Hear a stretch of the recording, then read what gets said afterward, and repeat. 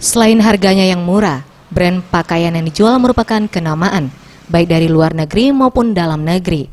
Kualitasnya pun tak kalah bagus dengan pakaian baru.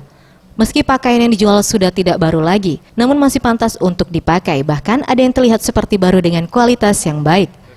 Seperti yang terlihat di salah satu toko BJ di kawasan Angkatan 66 Palembang ini. Ernie, salah seorang penjual baju BJ, mengatakan, ternyata banyak pilihan pakaian yang dijual di sini, mulai dari pakaian anak-anak, remaja, dan dewasa. Bahkan sepatu bekas juga tidak luput dijual di tokonya. Biasanya pembeli akan ramai pada akhir pekan seperti hari Sabtu dan Minggu, serta di hari libur.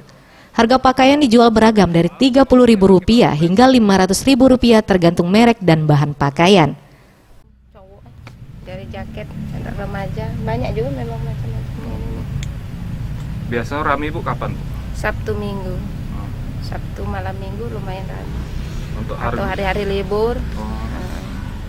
Macam-macam mulai dari harga 30 sampai harga 200. Kalau jaket dari 30 sampai 65. Biasanya ini 250 setelannya. Kenapa lebih milih toko ini, Dek?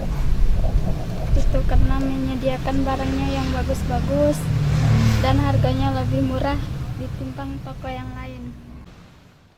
Tim Liputan Sriwijaya TV.